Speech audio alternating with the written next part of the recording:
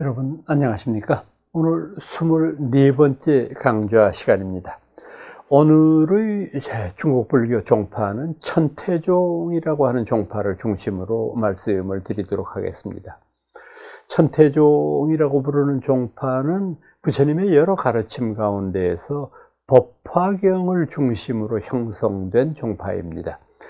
이 종파를 최초로 창시하신 분은 천태대사 지의라고 하는 분입니다.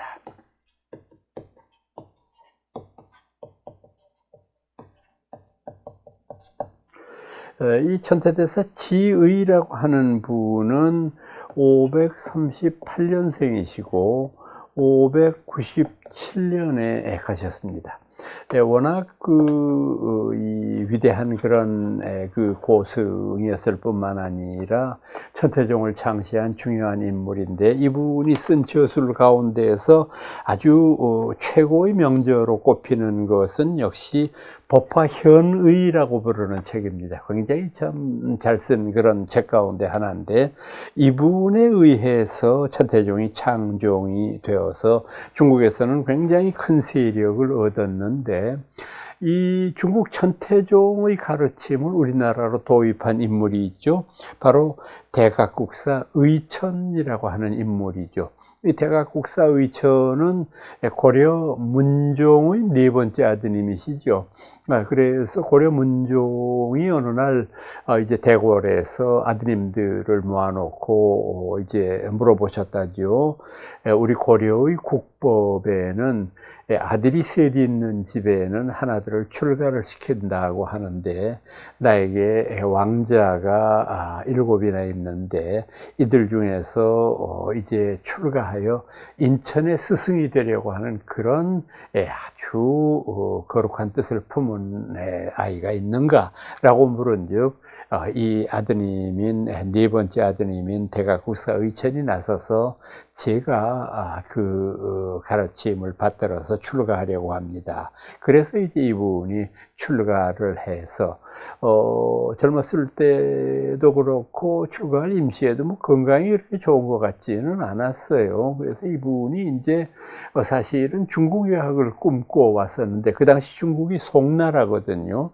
이분이 중국에 가서 공부를 하고 싶은 생각도 있었지만은, 더 중요한 생각은 이 어른이 무슨 생각을 가지셨느냐 하면은, 당시 송나라에서 목판대장경을 완성했다고 하는 그런 소문을 듣고, 우리 고려에서도 고려대장경을 한번 완간해 봤으면 하는 그런 아주 원대한 꿈을 가지고 중국 유학을 가서, 이분이 송판대장경은 물론이고 그 당시에 당신이 구할 수 있는 뭐 거란대장경이라든지 또는 기타의 남방불교 쪽에서 유행하고 있었던 여러 빨리어본의 대장경이라든지, 이걸 전부 다 구해서 이걸 모본으로 해가지고 이른바 초조고려대장경이라고 하는 것을 완성시킨 분이죠. 그러니까 이제 이분이 중국 유학을 가셨을 당시에 최초로 목격했던 것이 바로 천태종이라고 부르는 종파였습니다. 그때 이 대각국사 의천은 마음속으로 어떤 생각을 가지고 있었느냐 하면, 고려의 불교가 그 어른이 중국 유학하실 때만 해도 선과 교가 서로 다투는 것이 일반화되어 있었던가 봐요. 그러니까 선종은 선종대로 자신들의 우월성만을 내세우고, 교종은 교종대로 또 선종을 무시하는 듯한 발언을 해서 마치 선과 교가 서로 물과 불처럼 다툰다. 이것은 정말 조금이라도 뜻이 있는 이 불교 지도자라고 한다면 가슴 아픈 일이에요. 제가 늘 강조하는 말씀이지만, 불교의 종파라고 하는 것은 다툼의 빌미가 되는 종파 개념이 아니고, 다만 여러 팔만대장경 가르침 가운데에서 자기 스스로가 의지하는 핵심적 경전이 이것이다 라고 얘기하는 것이기 때문에 당연히 다른 종파의 가르침도 존경하는 것이 이게 일반적인 불교 지식인들의 태도여야 하는데 그렇지 못했다는 것을 굉장히 가슴 아프게 생각하고, 그러면 이 선과 교를 하나로 융합할 수 있는 가르침이 뭐가 있을까? 그때 이분이 착안한 것이 천태종에서 말씀하고 있는 법화경. 이거는 선종이건 교종이건 어디건 간에 모두 수용할 수밖에 없는 통합적이고 원흉적인 부처님 가르침이다. 이걸 깨닫게 됐어요. 그래서 이분은 천태종을 도입하는데, 사실 이분은 중국에 유학하기 이전까지에는 구태여 그 교학의 어떤 종파로 따지면 화엄종에 소속되어 있었던 분이에요. 그러니까 대각국사 의처는 화엄종의 고승이었는데 중국 유학을 통해서 화엄종만 가지고는 도저히 선교를 융합시킬 수 없고 법화가 오히려 지름길이라는 생각을 가지고 이분이 드디어 우리나라로 천태종을 도입하게 된 겁니다. 그래서 이분은 뭐 왕자라고 하는 그런 프리미엄도 있었고 하니까 당시 수도가 개성이었지 않습니까? 개성에다가 천태종의 총본산으로 국청사라고 하는 절을 세우고 이곳에서 천태의 가르침을 널리 현양하게 되었던 것이죠. 이 대각국사 의천이 천태종을 도입한 이후에 또 다른 한국 천태종의 아주 중요한 인물이 출연했습니다. 그분은 바로 제관이라고 부르는 분입니다. 채라고 제가 발음 안 하고 제라고 발음을 해서 사제팔정도 할 때도 똑같은 걸 씁니다만은 이것을 제라고 발음을 했는데, 이분은 생멸연대가 좀 불분명해서 태어나신 연대는 잘 모르겠고 970년에 가셨는데, 이 제관이라고 부르는 분이 왜 그렇게 위대한 분으로 천태종에서 뿐만 아니라 세계의 불교학계에서도 위대한 분으로 꼽히느냐 하면 바로 이분의 위대한 저술 천태사교의라고 하는 책 때문에 그렇습니다. 천태사교의라고 하는 책, 이 책을 이분이 저술함으로 말미암아 정말로 우리 불교의 교상판석을 거의 하나의 완전체로 만든 그런 훌륭한 분이었다, 이런 점이죠. 그러니까 이 천태사교의라고 부르는 데에서는 어떤 가르침을 우리들한테 가르치느냐 하면은 소위 사시오교판이라고 하는 것인데, 사시라고 하는 것은 부처님이 경전을 말씀하신 순서를 말하는 것인데, 그 순서를 이어르는 뭐라고 보셨느냐 하면은 장통, 별원 이렇게 말씀하셨어요. 이 네 가지로 말씀하셨고, 그 다음에 오교라고 하는 것은 뭐냐 하면은 부처님의 가르침을 내용별로 분류해 봤을 때 이것은 화엄의 가르침, 그리고 이 화엄의 가르침을 다시 방편설로서 전개한 것이 녹원의 가르침이었고, 그 이후에 가르침으로 나타난 것이 방등이었고, 그 다음에 나타난 것이 반야고, 그 최후에 나타난 것이 바로 법화 열반의 가르침이었다. 이렇게 해서 사시오교판론이라는 설명을 하셨는데, 사시라고 하는 것의 네 가지 때라고 하는 것은 부처님이 당신의 가르침을 폈을 때 최초의 가르침에 해당하는 것은 장, 삼장교라고 우리가 얘기하고, 혹은 대승불교 입장에서는 소승이라고도 말하고 또는 부파불교라고도 말하는 것인데, 이런 삼장교의 가르침을 최초로 설명을 하셨지만은 이 삼장의 법문의 핵심이 되는 것은 인과법문입니다. 이 세상의 모든 것들이 원인 결과에 의해서 형성되고 소멸된다 라고 하는, 우리가 초기 불교에서 배우는 연기의 이론이라든지 혹은 사제팔정도에서 배우는 것처럼 이 세상의 현실이 고통스러운 것은 탐진치고, 그 탐진치를 극복하는 것은 계정해의 사막을 통해서 가능하고, 그것을 통해서 얻어지는 열반의 경지가 궁극의 경지여야 된다, 이런 것을 설명하는 그런 장의 가르침을 최초로 설법하신 거고, 그 다음에 통이라고 하는 것은, 이거는 소승이니 대승이니 뭐 가릴 것 없이 심지어는 외도들까지도 모두 통할 수 있는 부처님의 가르침이다. 여기에 통이라고 하는 것은 뭐냐면 반야공을 가리키는 말입니다. 반야공이기 때문에 이 세상의 모든 것들은 누구든지 그거는 인정할 수밖에 없는 거 아닙니까? 이 세상에 존재하는 모든 것들이 다 반야의 공의 입장에서 봤을 때 이것을 부정할 만한 근거는 없는 것이니까. 그 다음에 이 통 다음에 오는 별이라고 하는 것은, 그럼에도 불구하고 중생들의 근기에 따라서 여러 가지의 개별적인 차이점이 있습니다. 최상승 근기인 경우에는 화엄의 가르침에 경도되어 있고, 또 그렇지 못한 사람들은 반야공의 입장보다도 오히려 가장 초보에 해당하는 인과법문에 심취해 있는 경우가 많으니까, 중생들의 근기에 따라서 또 달리 중생들을 교화하는 그런 별의 가르침이 있다. 그리고 네 번째, 이 모든 것들을 다 아우르는 것이 있다. 그래서 둥글 원자를 쓴 거예요. 이 원의 가르침에 해당하는 것이 뭐냐? 그게 바로 법화다, 이렇게 본 거죠. 그 법화경이라고 하는 경전을 여러분들 이제 꼭 한번 아직 통독을 안 해보신 분 같으면은 일독을 꼭 권해드리는데, 법화경을 한문본으로만 보면은 세 가지 종류가 있죠.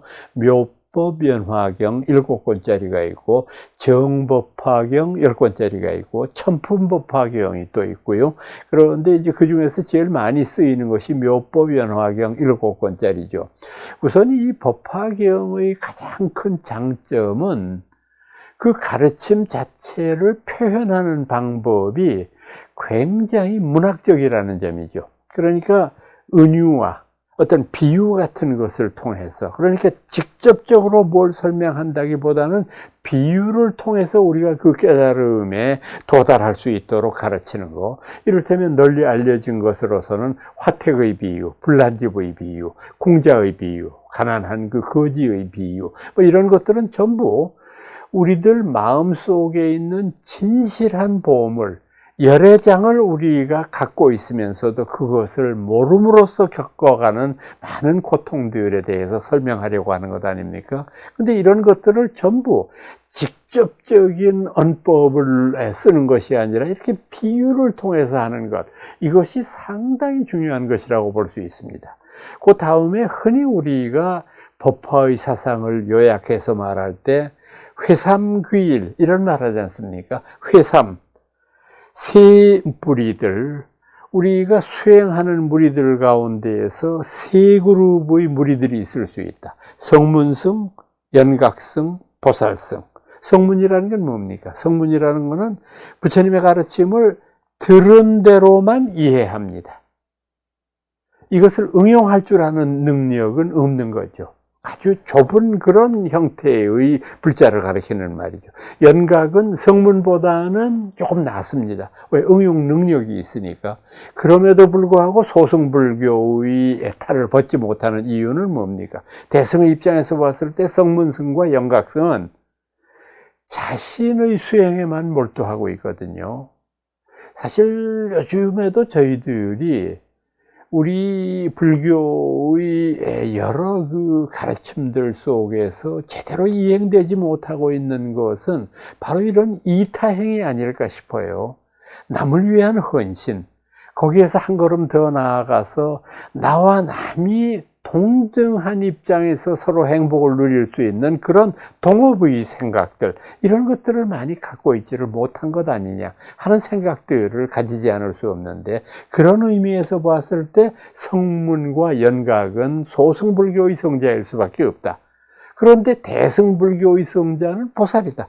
이미 여러분들 다 아시다시피 잠이 득도하더라도 선도타하고, 나는 아직 깨달음을 얻지 못하지만 남을 깨달음의 길로 인도하고, 자리와 이타를 겸비하는, 그런데 왜 이 회삼이라고 하는 보살 같은 위대한 인격도 여기다가 포함시켰을까?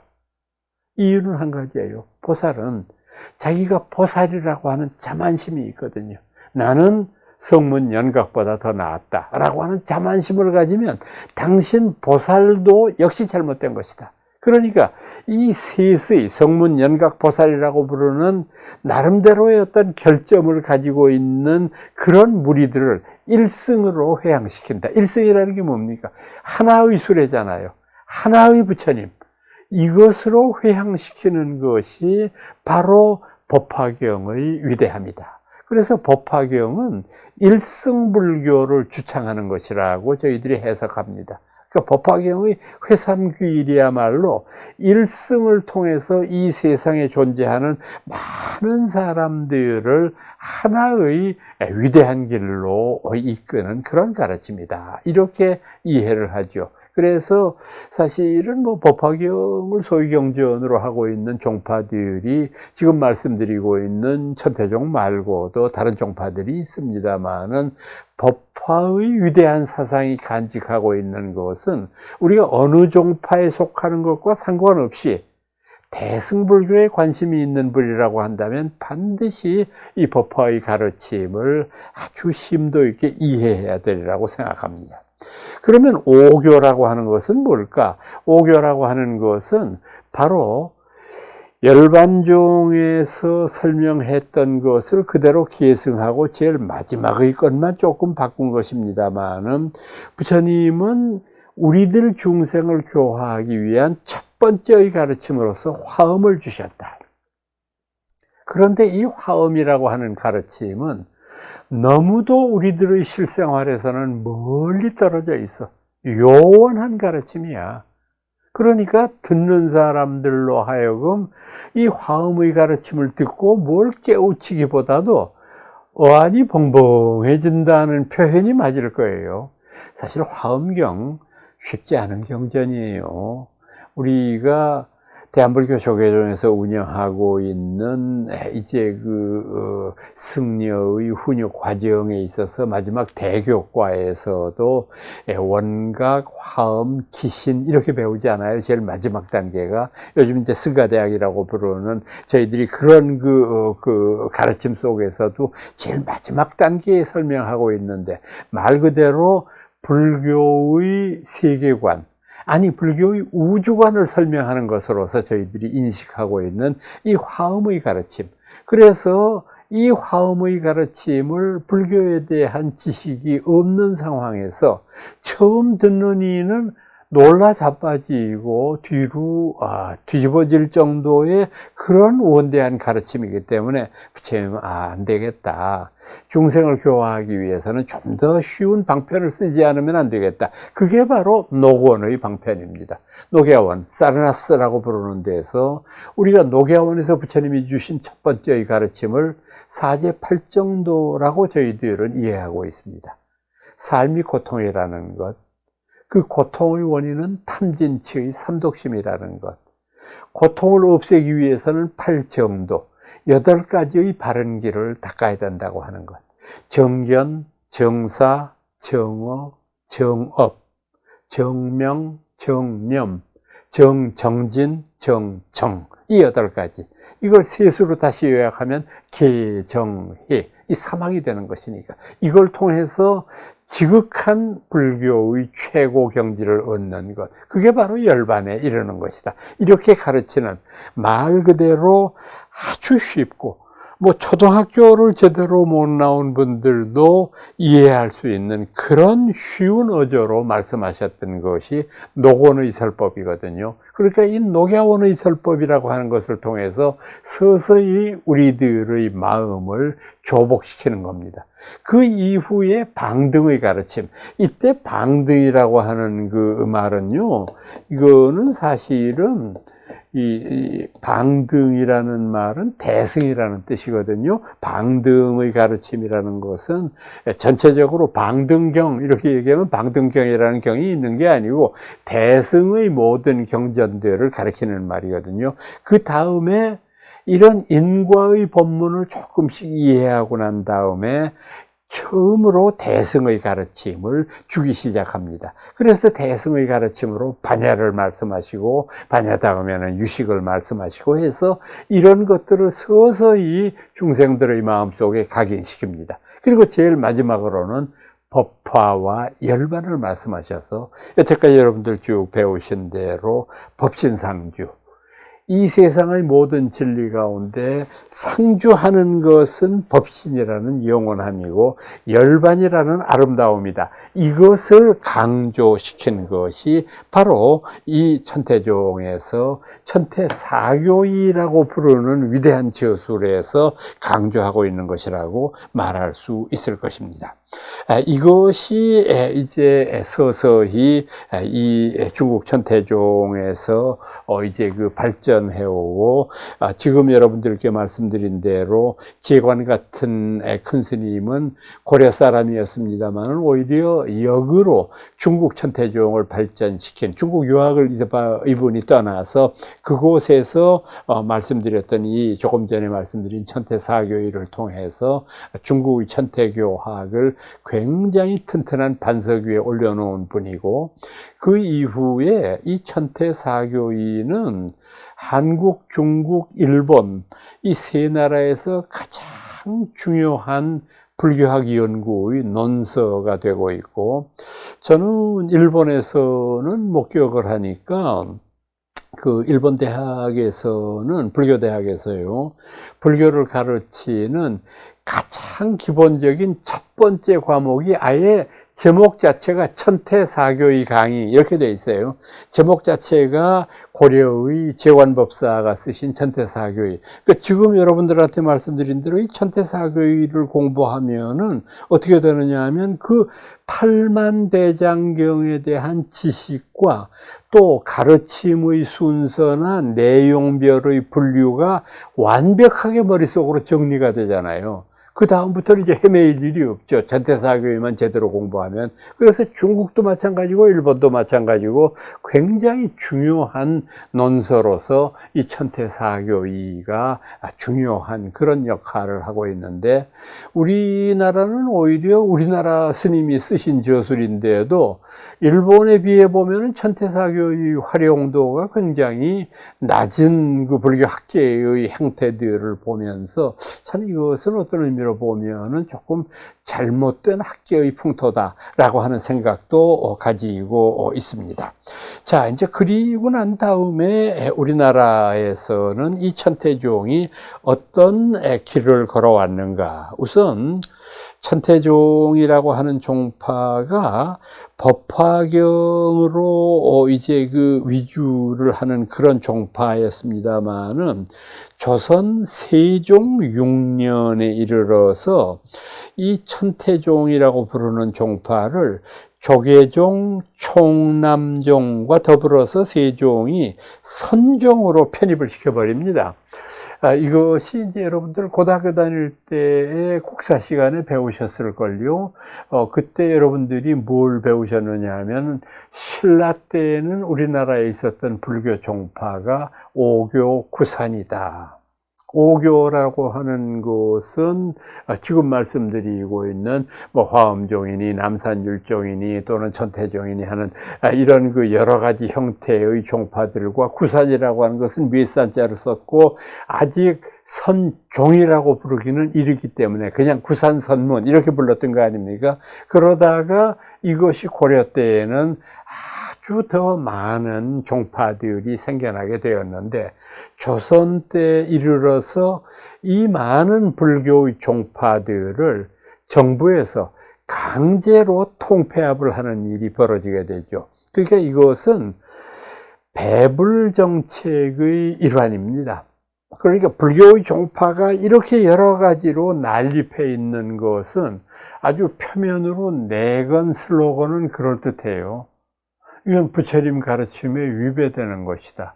왜 이렇게 여러 종파가 있어야 되느냐? 단순하게 하는 것이 불도를 수행하는 데 도움이 된다. 내걸기는 그렇게 내걸었지만 속내는 뭐냐 하면 여러 종파가 자꾸 번짐으로 말미암아 불교가 걷잡을 수 없이 발전해 들어가는 것을 정부 통제하에 두려고 하는 그런 원칙입니다.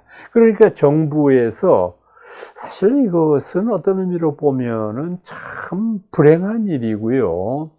우리 불교는 어떤 의미로 보면은 이런 정치적인 이유에 의해서 좌우된 그런 아주 가슴 아픈 역사들을 간직하고 있는데, 이게 조선 때의 억불 정책과 배불 정책이 빚은 가장 잘못된 정책 가운데 하나가, 우리가 자발적으로 세워서 우리가 자발적으로 이룩했던 여러 종파들을 하나로 강제로 통폐합한 것이다.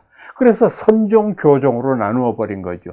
그러니까 선종이라고 하는 것은 그 수사찰로 삼은 것이 지금 강남에 있는 봉은사고, 교종의 수사찰로 삼은 데에는 광릉에 있는 봉선사고, 그래서 이 선교 양종으로 통폐합을 해버린 것이다. 참 이것은 부끄러운 일이기도 하고요. 이거를 정치적인 것이 이렇게 함부로 좌우해도 되는 것이냐. 또 가장 최근에 있었던 이 정치에 의한 불교의 억압을 보면은, 박정희 대통령 때 있었던 일이지만은 불교재산 관리법이라는 게 있었어요. 지금은 폐기되어 버렸습니다만은, 이것은 1950년 6.25 전쟁 이후로 이 불교의 승단이 비군이 대천이 하는 갈등을 겪으면서 양쪽이 끊임없이 다투고 재판을 벌이고 하다가 보니까 그 재판 소송 비용이라든지 이런 모든 것들을 감당할 수가 없으니까 사찰이 소유하고 있었던, 각자가 소유하고 있었던 그 토지를 처분해서 이 재판을 할 수밖에 없지 않습니까? 그러니까 정부 입장에서 보면은 이것은 사찰의 개인적인 것이 아니라 대한민국이 가지고 있는 중요한 자산 가운데 하나인데, 스님들끼리 이렇게 싸우기 위해서 이런 것을 하는 것은 잘못된 일 아니냐. 그래서 그것을 방지하려고 불교재산관리법이라고 하는 것을 지용해서 함부로 토지를 팔거나 사거나 이런 일을 못하도록 했는데, 이것도 겉만 그럴듯한데 속으로는 어떻게 되느냐. 불교가 마음대로 경제활동을 할 수 없도록 만드는 족쇄가 돼버렸잖아요. 그러니까 이 악법이라고 하는 것이 시행되면서 얼마나 불교계가 위축이 되고 잘못되었느냐라고 하는 것을 우리가 느낄 수 있지 않습니까? 그 다음에 또 하나 있었던 것은 여러분들 아마 똑똑히 기억하실 거예요. 전두환 정권에 때 있었던 일, 바로 불교에 대한 회불 사건이라고 하는 것 있지 않습니까?